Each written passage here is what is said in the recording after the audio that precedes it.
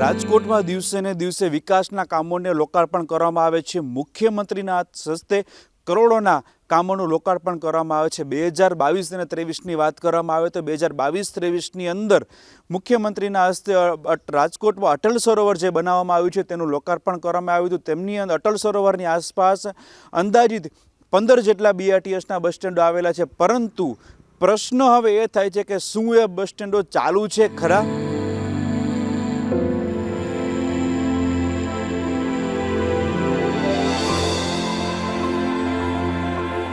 તક મીડિયાની team Atal Sarovar smart city bus stand ખાતે પહોંચી છે।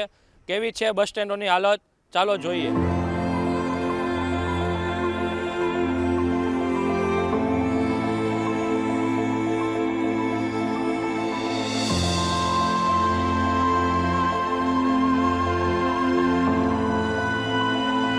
BRTSના બસ સ્ટેન્ડની વાત કરવામાં અંદરની વાત તો ટિકિટ બારીની વાત કરીએ તો ટિકિટ બારીની અંદર લાઇટની સુવિધા કે દરવાજાની સુવિધા એક પણ જાતની સુવિધા આમની અંદર આપવામાં આવી નથી રંગરોગન કરવામાં આવ્યું કે નથી એક પણ જગ્યાએ કનેક્શન આપવામાં આવ્યું, કોઈ પણ જાતની સુવિધા આપવામાં આવી નથી દરવાજા છે પણ લગાડવામાં આવ્યા નથી।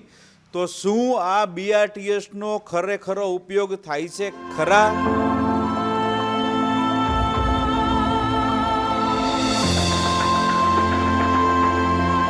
સ્માર્ટ સિટી બસ સ્ટેન્ડમાં લાખો રૂપિયાનો સીલિંગ કાસ્ટિંગ પાછળ ખર્ચ કરવામાં આવ્યો છે, પરંતુ જે આ સીલિંગ કાસ્ટિંગના દ્રશ્યો બતાવી રહ્યો છું કે જે ખંડેર હાલતમાં જોવા મળી રહ્યા છે।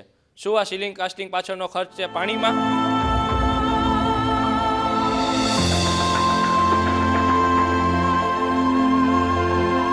બસ સ્ટેન્ડની અંદર લોકાર્પણ સમયે બનાવતા સમયે એવી ચર્ચા કરવામાં આવી હતી કે સુવિધાઓથી સજ્જ આ બસ સ્ટેન્ડ હશે।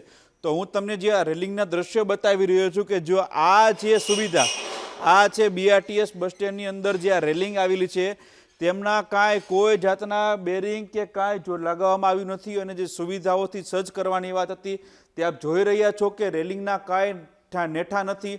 અને જે દ્રશ્યો જે ખુરચીના બતાવી રહ્યો છે, ખુરચી પણ જે છે તે આમ અને તેમ ગમે તે હાલતમાં પડે છે, તૂટેલી ભાંગેલી ખુરચીઓ, જેની પતરાની ખુરચીની અંદર અત્યારે તો કાટ પણ લાગી ગયો છે।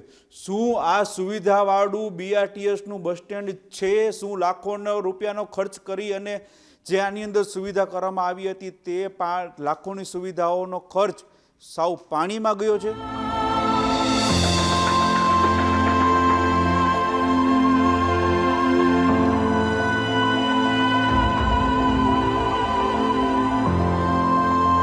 વિશેષ સુવિધાની વાત કરીએ તો બસ સ્ટેન્ડમાં ઓટો ડોરની સુવિધા આપવામાં આવતી હોય છે, પણ ખરેખર આપણે જોઈએ કેવી સુવિધા છે। લે, આ તો મારે હાથે જ ખુલી ગયું। શું ઓટો ડોર છે ખરા? BRTSના સિટી બસ સ્ટેન્ડની અંદર વાત કરવામાં આવે તો સિટી બસ સ્ટેન્ડની અંદર એસીની સુવિધાઓ, સ્માર્ટ દરવાજાની સુવિધા આવતી હોય છે, ચોકસાઈ પણ ભરપૂર માત્રામાં હોય છે। પણ અટલ સરોવર ખાતેના જે દ્રશ્યો તમને બતાવી રહ્યો છું કે જે ગાડીના સ્ટન્ટ જોવા મળી રહ્યા છે, જે પૈડાના નિશાન તમે અત્યારે જોઈ રહ્યા છો બસ સ્ટેન્ડની અંદર ગાડીના સ્ટન્ટના નિશાન। શું તંત્ર એલર્ટ થશે આનાથી? શું તંત્રને જાગૃત થવાની જરૂર છે? વિશેષમાં હજી દ્રશ્યો તમને બતાવી રહ્યો છું કે અટલ સરોવરનું બસ સ્ટેન્ડ છે તે લોકો માટેનું નહીં પણ પશુ પક્ષીઓ માટેનું થઈ ગયું। પશુઓની ચરક, કબૂતરોની ચરક જે ભરપૂર માત્રામાં અત્યારે જે છે તે અટલ સરોવરના બસ સ્ટેન્ડની અંદર જે છે તે દ્રશ્યો જે બતાવી રહ્યો છું કે ચોકસાઈ નામે તો કે ઝીરો। આ છે BRTS બસ સ્ટેન્ડની વાત। શું આ છે BRTSના બસ સ્ટેન્ડની ચોકસાઈની વાત? રાજકોટની અંદર જે લાખોના રૂપિયા જે ખર્ચ કરી અને બસ સ્ટેન્ડનો ખર્ચ કરવામાં આવ્યો છે, સુવિધાઓથી સજ્જની વાત કરવામાં આવી હતી, શું તે છે ખરી?